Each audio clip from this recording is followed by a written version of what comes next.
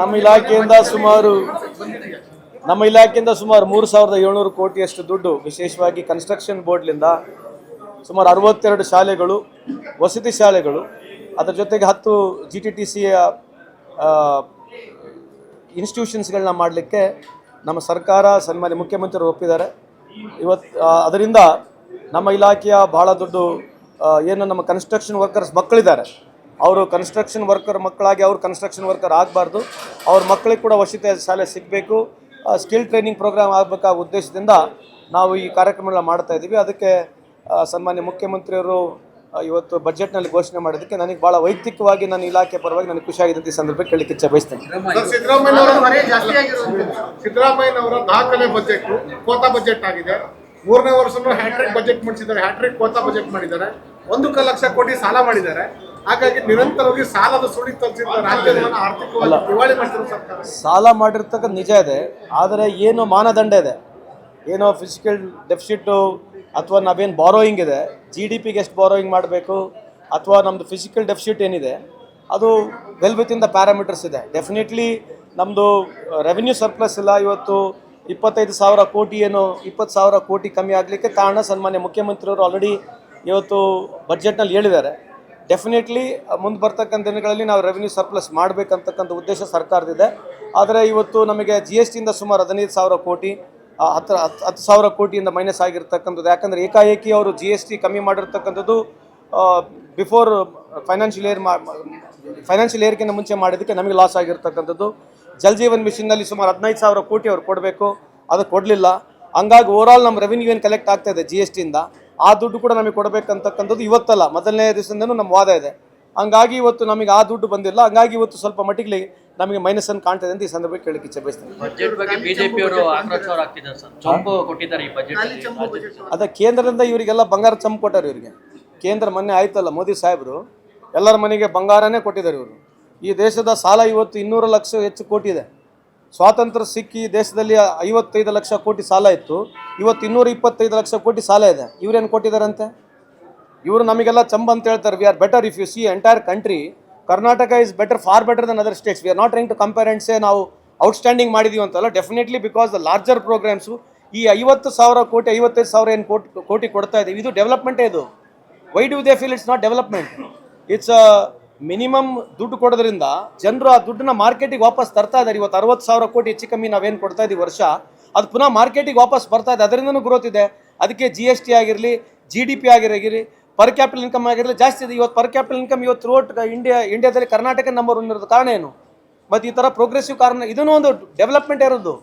ಹ್ಯೂಮನ್ನಲ್ಲಿ ಮನುಷ್ಯನಿಗೆ ದುಡ್ಡೆಲ್ಲ ಖರ್ಚು ಮಾಡಲಿಕ್ಕೆ ಇವತ್ತು ಪರ್ ಕ್ಯಾಪಿಟಲ್ ಇನ್ಕಮ್ 2 ಲಕ್ಷನೇ ಮ್ಯಾಕ್ಸಿಮಮ್ ಇರೋದು ಈ ದೇಶದಲ್ಲಿ. ಅದು ಕರ್ನಾಟಕ ನಂಬರ್ 1 ಇದೆ. ಬೇರೆ ರಾಜ್ಯಗಳಲ್ಲಿ ಇವ್ರು ರಾಜ್ಯಗಳು ಇದ್ದಾರಲ್ಲ, UP, ಬಿಹಾರ್, ಏನು 25 ವರ್ಷದಿಂದ 30 ವರ್ಷ ಆಡಳಿತ ಮಾಡಿದಲ್ಲ, ಅಲ್ಲಿ ಪರ್ ಕ್ಯಾಪಿಟಲ್ ಇನ್ಕಮ್ ಎಷ್ಟಿದೆ ಅಂತ ಕೇಳಿ, 60,000 ರೂಪಾಯಿ ಇದೆ ಅಲ್ಲಿ ಪರ್ ಕ್ಯಾಪಿಟಲ್ ಇನ್ಕಮ್. ಸೊ ಹಂಗಾಗಿ ಇದನ್ನು ಕೂಡ ಒಂದು ಡೆವಲಪ್ಮೆಂಟ್ ಇದ್ದಂಗೆ. ಏನು ಯೂನಿವರ್ಸಲ್ ಮಿನಿಮಮ್ ಇನ್ಕಮ್ ಇರಬೇಕು ಮನುಷ್ಯರಿಗೆ. ನಾವೇನು 6,000 ರೂಪಾಯಿ 7,000 ರೂಪಾಯಿ ಆವ್ರೇಜ್ ಕೊಡ್ತಾ ಇದ್ದೀವಿ. ಇದರಿಂದ ಕರ್ನಾಟಕದ ಗ್ರೋತಿಗೆ ಇದು ದೊಡ್ಡ ಕಾರಣ ಆಗಿದೆ ಅಂತ ಈ ಸಂದರ್ಭ ಕೇಳಲಿಕ್ಕೆ ಇಚ್ಛೆ ಬಯಸ್ತೇನೆ. ಕಳೆದ 5 ತಿಂಗಳಿಂದ ಗ್ಯಾರಂಟಿ ಕೊಟ್ಟಿಲ್ಲ, ನೀವೇನೋ ಅನುದಾನ ಬಿಡುಗಡೆ ಮಾಡಿಲ್ಲ ಮಹಿಳಾ ಮತ್ತು ಮಕ್ಕಳ ಕಲ್ಯಾಣ ಇಲಾಖೆ. ಹಿಂದೆ 3 ತಿಂಗಳು ಆಹಾರ ಇಲಾಖೆ ಬಿಡುಗಡೆ ಮಾಡಿಲ್ಲ. ನೀವು ಹಿಂದಿಂದ 6 ತಿಂಗಳು ಬಾಕಿ ಉಳಿಸ್ಕೊಂಡು ಮತ್ತೆ ನಾವು ಗ್ಯಾರಂಟಿ ಕೊಡೋ ಮೂಲಕ ಜನರ ಆರ್ಥಿಕ ಸುಧಾರಣೆ ಆಗುತ್ತೆ. ಎಲ್ಲಿ ಸುಧಾರಣೆ ಆಗ್ತದೆ? 24-28 ತಿಂಗಳಲ್ಲಿ 2-3 ತಿಂಗಳ ಕೊಟ್ಟಿರ್ಲಿಕ್ಕಿಲ್ಲ, ಮುಂದೆ ಕೊಡ್ತೀವಿ. ಆದರೆ ಇವ್ರು ಭಾಷಣ ಹೊಡೆದ್ರೆ 15 ಲಕ್ಷ ರೂಪಾಯಿ ತಂದು ಕೊಡ್ತೀವಿ ಅಂತ ಹೇಳಿ ಇವ್ರು ಯಾರು ಕೇಳಂಗಿಲ್ಲ. ಇವರಿಗೆ ನಾವು ಅಟ್ಲೀಸ್ಟ್ ಏನು ಕಮೆಂಟ್ ಮಾಡಿದ್ದೀವಿ, ಏನು ಮಾತು ಕೊಟ್ಟಿದ್ದೀವಿ ಅದಕ್ಕೆ ಹತ್ರಕ್ಕೆ ಇದ್ದೀವಿ. ಆಗಿರ್ಬೋದು ಒಂದು 3-4 ತಿಂಗಳ ಕಮ್ಮಿ ಜಾಸ್ತಿ ಆಗಿರ್ಬೋದು, ಕೊಡ್ತೀವಿ, ಇಲ್ಲಿ ಹೋಗೋದಿಲ್ಲ. ಇವ್ರು 15 ಲಕ್ಷ ರೂಪಾಯಿ ಕೊಡ್ತೀವಿ ಅಂತ ಹೇಳಿದರು. ಕಪ್ಪಣ ಹೊರಗಿರ್ತಕ್ಕಂಥ ವಾಪಸ್ ತರ್ತೀವಿ ಅಂತ ಹೇಳಿದರು. ಇವತ್ತು ಸ್ವಿಸ್ ಬ್ಯಾಂಕ್ನಲ್ಲಿ ಮೊದಲು 12,000 ಕೋಟಿ ಇದ್ದರೆ ಇವತ್ತು 36,000 ಕೋಟಿ ಇದೆ. ಇದ್ರ ಬಗ್ಗೆ ಯಾರು ಕೇಳಂಗಿಲ್ಲ. 2,000 ರೂಪಾಯಿ ನೋಟ್ ಬಗ್ಗೆ ಯಾರು ಕೇಳಂಗಿಲ್ಲ. 500 ರೂಪಾಯಿ ನೋಟ್ಗಳು ಇವತ್ತು 85% ಸರ್ಕ್ಯುಲೇಷನ್ ಆಗಿಲ್ಲ. ಇದ್ರ ಬಗ್ಗೆ ಯಾರು ಕೇಳಂಗಿಲ್ಲ. ಇವ್ರೇನು ಮಾಡ್ತಾ ಇದ್ದಾರೆ, ಇಡೀ ಪ್ರಪಂಚಕ್ಕೆ ಇವರೇ ಒಂದು ದೊಡ್ಡ ವಿಶ್ವಗುರು, ಡಮ್ಮಿ ವಿಶ್ವಗುರು. ಇವರೇ ಒಂದು ದೊಡ್ಡದೊಂದು ಸುಮ್ಮನೆ ಒಂದು ಪೋಟ್ರೆ ಮಾಡ್ಕೊಂಡು ದಿನಾ ಬೆಳಿಗ್ಗೆ ಇದ್ದರೆ ಬೆಳಿಗ್ಗೆ ಅಲ್ಲಿ ಬೇರೆ ದೇಶದಲ್ಲಿ ವಾರ್ ನಡೀತಿದ್ರೆ ಇವರೇ ಫೋನ್ ಮಾಡಿ ಎಲ್ಲ ವಾರ್ ಇವರೇ ಸೆಟ್ ಮಾಡಿಕೊಡ್ತಾ ಇದ್ದಾರೆ. ನಮ್ಮ ಪಾಕಿಸ್ತಾನ ಜೊತೆ ವಾರ್ ಸೆಟ್ ಮಾಡಿದ್ರೆ ಅವ್ರು ಹೇಳ್ದಂಗೆ ನಾವು ಕೇಳಬೇಕು. ಈಗ ಬೇರೆ ದೇಶದಲ್ಲಿ ವಾರ್ ಸೆಟ್ ಮಾಡಿದ್ರೆ ಇವರೇ ಫೋನ್ ಮಾಡಿ ಎಲ್ಲರೂ ಹೇಳ್ತಾ ಇದ್ದಾರೆ ಹೆಂಗೆ ಮಾಡಬೇಕು ವಾರು, ಹೆಂಗಿಲ್ಲ ಅಂತಕ್ಕಂಥದ್ದು ಟಿವಿಯಲ್ಲಿ ತೋರಿಸೋದು, ಜನಕ್ಕೆ ತೋರಿಸೋದು ಅಷ್ಟೇ. ಇದು ಬಿಟ್ಟರೆ ಇವ್ರ ಸಾಧನೆ ಏನಿದೆ? What is their contribution? What is their today last 11 years?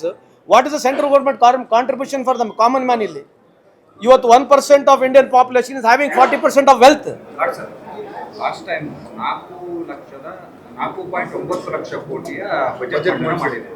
ಈ ಬಾರಿ 4,09,000 ಕೋಟಿ. 4,09,000 ಕೋಟಿ.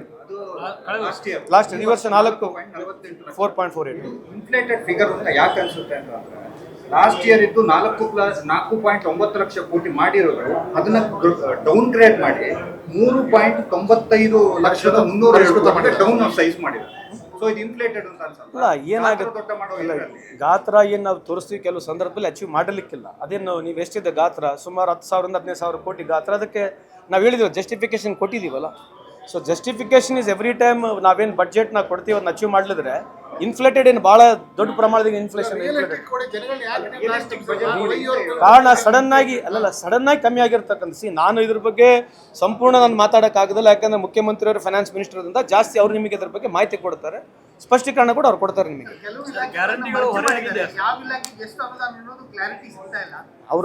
ಅವ್ರ ಇಲಾಖೆನ ನೀವು ಕೇಳಬೇಕು.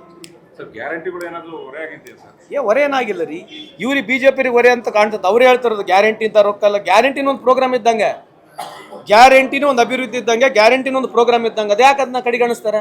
ಮತ್ತೆ ಇವರೆಲ್ಲ ಹೋಗಿ ಯಾಕೆ ದುಡ್ಡು ಕೊಡ್ತಾರೆ? ಈಗ ಅಸ್ಸಾಂನಲ್ಲಿ ಕೊಡ್ತಾ ಇದಾರೆ ಇದೇ ದುಡ್ಡು. ಬಿಹಾರ್ನಾಗ ಕೊಟ್ರಲ್ಲ ಎಲೆಕ್ಷನ್ಕಿಂತ ಮುಂಚೆ ದುಡ್ಡು.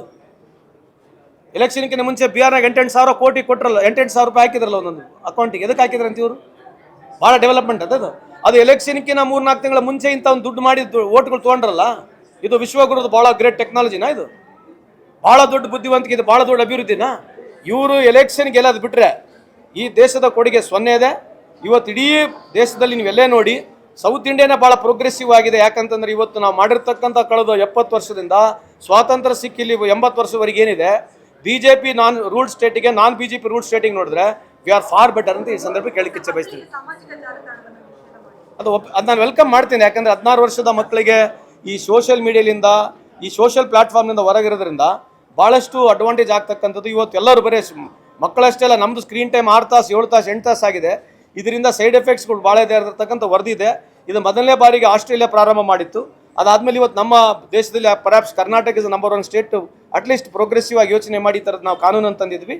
ಇದಕ್ಕೆ ಸಾರ್ವಜನಿಕರು ಕೂಡ ಇದನ್ನು ಭಾಳ ಪಾಸಿಟಿವ್ ಆಗಿ ಇದನ್ನ ಇಂಪ್ಲಿಮೆಂಟ್ ಮಾಡ್ಕೋಬೇಕು. ಇದನ್ನು ಮಾಡಿದರೆ ನಿಮಗೆ, ನಿಮ್ಮ ಸಮಾಜ, ನಮ್ಮ ಸಮಾಜಕ್ಕೆ, ನಿಮ್ಮ ಮಕ್ಕಳು ಕೂಡ ಅನುಕೂಲ ಆಗುತ್ತೆ ಅಂತ ಈ ಸಂದರ್ಭಕ್ಕೆ ಹೇಳಿಕ್ಕೆ ಇಚ್ಛೆ ಬಯಸ್ತೀನಿ. ಸರ್, ಬಿಜೆಪಿ ಒಂದು ಆರೋಪವನ್ನು ಮಾಡ್ತಾರೆ, ಅಲ್ಪಸಂಖ್ಯಾತರ ಓಲೈಕೆ ಬಜೆಟ್, ಬ್ರದರ್ಸ್ ಬಜೆಟ್ ಅಂತ ಟ್ವೀಟ್ ಮಾಡಿದ್ದಾರೆ. ಏನಂತ? ಅಲ್ಪಸಂಖ್ಯಾತರ ಓಲೈಕೆ. ಇವತ್ತು LIC ದುಡ್ಡು ಬೇರೆ ಅದಾನಿಗೆ ಅಂಬಾನಿ ಕೊಟ್ಟರೆ ಇದು ಯಾರು ಹೋಲಿಕೆ ಮಾಡ್ತಿದಾರಂತೆ? ಇವರಿಗೆ ಅದೇ ಮೈನಾರಿಟೀಸು ಬೆಳಗ್ಗಿನಿಂದ ಸಾಯಂಕಾಲವರೆಗೆ ಇವರು ಒಂದು ಮುಸಲ್ಮಾನರ ಹೆಸರು ಹೇಳಾರಂಗೆ, ಬಾಂಗ್ಲಾದೇಶ ಹೆಸರು ಹೇಳಾರಂಗೆ, ಪಾಕಿಸ್ತಾನ ಹೆಸರು ಹೇಳಾರಂಗೆ ಇವ್ರಿಗೆ ಬೆಳೆನೇ ಬೇಯೋದಿಲ್ಲ. ಯಾವಾಗಲೂ ಅಷ್ಟೇ ನಮ್ಮ ಬಜೆಟ್ಗಳು ಬೇರೆ ಮೈನಾರಿಟೀಸ್ ಬಜೆಟೇ ಇರ್ತವೆ ಇವರಿಗೆ. ಇವ್ರು ಹೇಳೋದು ಬೆಳಗ್ಗಿನ ಸಾಯಂಕಾಲವರೆಗೆ ಇದೆ, ಇನ್ನು ಏನು ಹುಡುಕೋದು? ಇವ್ರ ಬಜೆಟ್ನಾಗ ಏನಿದೆ ಅಂತ? ಇವ್ರ ಬಜೆಟ್ ಬಗ್ಗೆ ನಾನು ಮಾತಾಡುತ್ತಂತ, ಕೇಂದ್ರದ ಬಜೆಟ್ ಬಗ್ಗೆ ಎಲ್ಲ ಗ್ರೇಟ್. ಇವ್ರ ಬಜೆಟು ಏನೋ ಒಂದು ಹುಡುಕ್ಬೇಕನ್ನೋ ಒಂದು ಹೇಳ್ಬೇಕು. ಅದು ಬಿಟ್ಟರೆ ಬೇರೆ ಏನಿದೆ? ಹೆಂಗೆ how it is, how they are defining it, on what cause, ಏನು ರೀಸನ್ ಏನಂತ ಹಂಗೆ ಹೇಳ್ಬಿಟ್ರೆ ಮುಗಿತು ಅಂತ ಕೇಳ್ಬೇಕಲ್ಲ. ಏನು ಸರ್ ಹಿಂಗೆ ಹೇಳಿದ ಅರ್ಥ ಏನಂತ ಬಿಡಿಸಿ ಹೇಳಕ್ಕೆ ಕೇಳ್ರಿ. ಟ್ವೀಟ್ ಮಾಡಿದೆ ಸರ್, ಎಷ್ಟು 400 ಕೋಟಿ ಉರ್ದು ಶಾಲೆಗಳಿಗೆ ಕೊಟ್ಟಿದ್ದೀರಿ, ವೃದ್ಧಾಪ್ಯವೇತನ ಮಾಡ್ತೀರಿ, ಒಂದು ಬದಲಲ್ಲಿ ಏನು 5 ಕಾಲೇಜುಗಳನ್ನ ಮಾಡೋದಕ್ಕೆ ಕೂಡ ಮಾಡಿದ್ದಾರೆ. ಉಲ್ಲೇಖ ಜಾಸ್ತಿ ಆಗ್ತಿದೆ. ಇವ್ರದ್ದು BJP ಅವರು ಅಧಿಕಾರಕ್ಕೆ ಬಂದಾಗಲಿಂದ 10,000 ಕೋಟಿ ಇವರು ಅಕೌಂಟ್ BJP ಪಾರ್ಟಿ ಆಫೀಸ್ ದುಡ್ಡು ಬಂತಲ್ಲ, ಇದು ಯಾರಿಗೆ ಬಂತಂತ? ಇವ್ರದ್ದು 10,000 ಕೋಟಿ ಇದೆಯಲ್ಲ, ಇವತ್ತು BJP ಪಾರ್ಟಿ ಫಂಡ್ 10,000 ಕೋಟಿ ಇದೆಯಲ್ಲ, ಮತ್ತು ಇವ್ರು ಯಾಕೆ ಶಾಲೆಗಳು ಕಟ್ಟಿಲ್ಲಂತೆ? ಇವ್ರಿಗೆ ಎಲ್ಲಿಂದ ಬಂತ 10,000 ಕೋಟಿ ಇವರಿಗೆ, BJP ಅವರಿಗೆ? ಯಾರು ಇವತ್ತು ಈ ದೇಶದಲ್ಲಿ ಬೀಫ್ ಎಕ್ಸ್ಪೋರ್ಟ್ ಮಾಡ್ತಾರೆ, ಗೋಹತ್ಯೆ ಮಾಡಿ ಬೀಫ್ ಎಕ್ಸ್ಪೋರ್ಟ್ ಮಾಡ್ತಾ ಇದ್ದಾರೆ, ಅವರಿಂದಲೇ 30 ಕೋಟಿ ಚಂದ ತೊಗೊಂಡಾರೆ ಇವರು. ಇದ್ರ ಬಗ್ಗೆ ಏನು ಮಾತನಾಡ್ತಾರಂತ? ಇದ್ರ ಬಗ್ಗೆ ದಯಮಾಡಿ BJP ಅವ್ರು ಕೇಳಿ. 30 ಕೋಟಿ ರೂಪಾಯಿ ಚಂದ ತೊಗೊಂಡಿದ್ದಾರೆ, ಬೀಫ್ ಎಕ್ಸ್ಪೋರ್ಟ್ ಮಾಡೋ ಕಂಪ್ನಿಯಿಂದನೇ 30 ಕೋಟಿ ಚಂದ ತೊಗೊಂಡಿದ್ದಾರೆ, ಆಫೀಸ್ಗಳು ಕಟ್ಟಿದ್ದಾರೆ. ಇವತ್ತೇನು ಈ ದೇಶದಲ್ಲಿ ಗೋಹತ್ಯೆ ಆಗಿ ಎಕ್ಸ್ಪೋರ್ಟ್ ಆಗ್ತಕ್ಕಂಥ ಆ ಕಂಪ್ನಿಗಳಿಂದ ದುಡ್ಡು ತೊಗೊಂಡು ಇವತ್ತು BJP ಆಫೀಸ್ ಕಟ್ಟಿ, ಇವತ್ತು BJP ಅವರ ಅಕೌಂಟಲ್ಲಿ, BJPಯ ಟೋಟಲ್ ಪಾರ್ಟಿ ಅಕೌಂಟಲ್ಲಿ 10,000 ಕೋಟಿ ಇದೆ. ಇದ್ರ ಬಗ್ಗೆ ಕೇಳಿ, 10,000 ಕೋಟಿ ಎಲ್ಲಿ ಬಂತದ್ದು ಕೇಳಿ. ಆಮೇಲೆ ಇದ್ರದ್ದು ವಿಶೇಷವಾಗಿ ಪ್ರಧಾನಮಂತ್ರಿಯ ರಿಲೀಫ್ ಫಂಡ್ ಬಗ್ಗೆ ಯಾಕೆ ಮಾತನಾಡ್ತಲ್ಲ ಇವರು? ಪ್ರಧಾನಮಂತ್ರಿ ಕ್ವಶನ್ ಹಾಕ್ಬೇಡ್ರಿ ಅಂತ ಹೇಳ್ತಾರಲ್ಲ. ಪ್ರಧಾನಮಂತ್ರಿ ರಿಲೀಫ್ ಫಂಡ್ ಏನು ದುಡ್ಡು ತೊಗೊಂಡ್ರು ಕೋವಿಡ್ ಸಂದರ್ಭದಲ್ಲಿ, ಆ ದುಡ್ಡು ಬಗ್ಗೆ ಪ್ರಶ್ನೆ ಕೇಳಬಾರ್ದು, ಆ ದುಡ್ಡು ಬಗ್ಗೆ ಪ್ರಶ್ನೆ ಕೇಳಬಾರ್ದು ಅಂತ ಈ ದೇಶದ ವ್ಯವಸ್ಥೆಯಲ್ಲಿ ಹೇಳ್ತಾರಲ್ಲ. ಇದ್ರ ಬಗ್ಗೆ ಏನು ಮಾತನಾಡ್ತಾರಂತೆ? ಇದು ಕೇಳಿ, ಆಮೇಲೆ ಮಾತಾಡೋಣ ಅವರಿಗೆ. ಸುಮನ್ ಟಿವಿ ಕನ್ನಡದಲ್ಲಿ ಜಾಹೀರಾತು ನೀಡಲು ಸಂಪರ್ಕಿಸಿ 9686376663.